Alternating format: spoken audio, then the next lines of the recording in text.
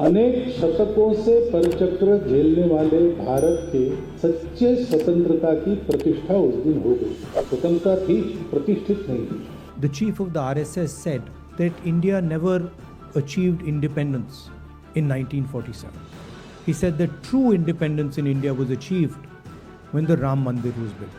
Is treason, because it is stating that the constitution is invalid, it is stating that everything, the fight against the British was invalid, and he has the audacity to say this publicly. In any other country he would be arrested and tried. Manoj Jha, यहां पर nation और state को लेकर देखिए, यहां जब राहुल गांधी पर हमलावर हो रही है, आप इंडियन स्टेट, आम आदमी, आम जनमानस उसे कैसे देखता है कि भाई इंडियन स्टेट मतलब भारत, मतलब इंडिया, इंडियन नेशन।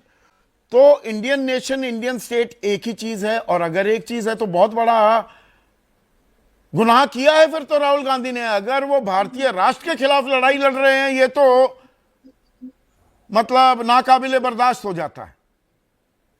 देखिए संदीप जी, बहुत बहुत शुक्रिया आपका मुझे इस बहस में शामिल करने के लिए। मैं थोड़ी देर से सुन भी रहा था। संदीप जी, ऐसा है कि दिल्ली यूनिवर्सिटी में मैं मास्टर्स इन सोशल वर्क का प्रोफेसर हूं, और हमने कोर्स तैयार किया था state political economy and governance. उसमें पहला यूनिट एमए के छात्रों का है the difference between state, nation and the government. ये तीनों अलग अलग एंटिटी हैं संदीप जी। मैं आज मोहन भागवत जी के बयान के बाद जब राहुल जी ने कहा, तो मुझे लगा कि इस देश में चिंतन इतना बौना क्यों होता जा रहा है। हम देश की सरकारों से हमेशा लड़े हैं। मैं स्वयं, आज हम कांग्रेस के साथ एक पार्टनर है, लेकिन मेरी ये जिंदगी का बड़ा हिस्सा कांग्रेस से लड़ते बीता है, लेकिन एज ए गवर्नमेंट, राष्ट्र के खिलाफ नहीं। राष्ट्र एक निरंतर इकाई है, स्टेट एक पॉलिटिकल कम्युनिटी को एक अपरेटस के तहत सेट करता है। थोड़ा सा और आसान कीजिए, थोड़ा सा और इसे हल्का कीजिए ताकि आम दर्शक को समझ में आए। राष्ट्र, अगर संदीप जी अपने हिंदुस्तान की बात करें तो ये निरंतरता की चीज है। हम सब कहते हैं इंडिया एक सिविलाइजेशनल राष्ट्र है, सभ्यता का राष्ट्र है, और मैं इसके पक्ष में हूं। लेकिन सरकार 5 वर्ष बाद चुनी जाती है, या हटाई जाती है, या फिर से चुनी जाती है, और स्टेट एक ब्यूरोक्रेटिक अरेंजमेंट। अच्छा। और उस ब्यूरोक्रेटिक अरेंजमेंट से हम सब लड़ते रहे हैं, छात्र के रूप में, शिक्षक के रूप में, ट्रेड यूनियन के रूप में।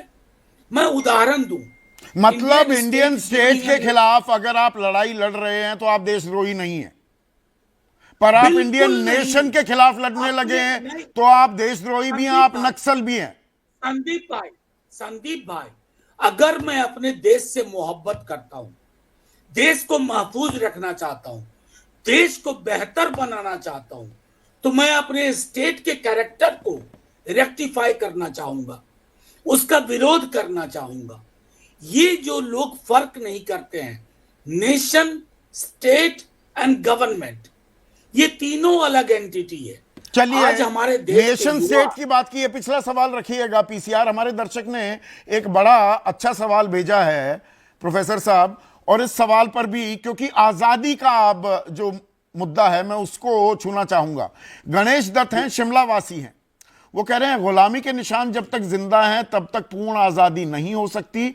भागवत जी का बयान राम मंदिर के संदर्भ में बिल्कुल ठीक है।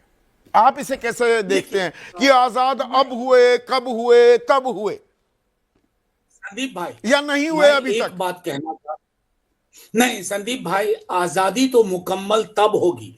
हम लोग अक्सर जब आंदोलनों में, छात्र युवा आंदोलन में थे, तो हम कहते थे कि आजादी असल मुकम्मल तब होगी जब संविधान की प्रस्तावना में समता मूलक समाज की अवधारणा स्थापित होगी। मैं एक छोटा उदाहरण दूं। जिस सज्जन ने राम मंदिर के बरक्स वो सवाल पूछा, जो मोहन भागवत जी, जो कि एक सांस्कृतिक संगठन के मुखिया है, लेकिन संस्कृति के अलावा सारा काम करते हैं।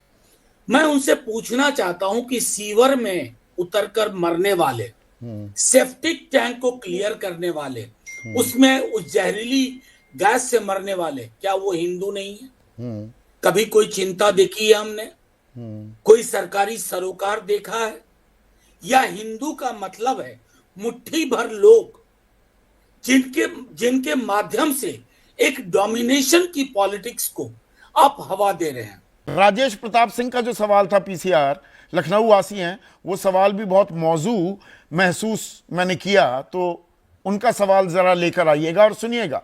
मनोज जी, राजेश प्रताप सिंह लिखते हैं कि लगता है कि देश में समझदार लोग मौन हो चुके हैं, गैर जिम्मेदाराना बयान देने वाले लोग ही विमर्श को तय कर रहे हैं, जो अति दुर्भाग्यपूर्ण है, और आधी अधूरी जानकारी स्टेट क्या है, नहीं है, नेशन क्या है, हम विमर्श नहीं करने को तैयार। 2 मिनट नूडल में हम ऑलरेडी पोस्ट ट्रूथ वर्ल्ड है ये, दरअसल हम कंक्लूजन पर पहुंच रहे हैं क्या? मैं राजेश जी की बात से सहमत हूं। इस देश को उल्टे पांव की यात्रा पे ले जाया जा रहा है।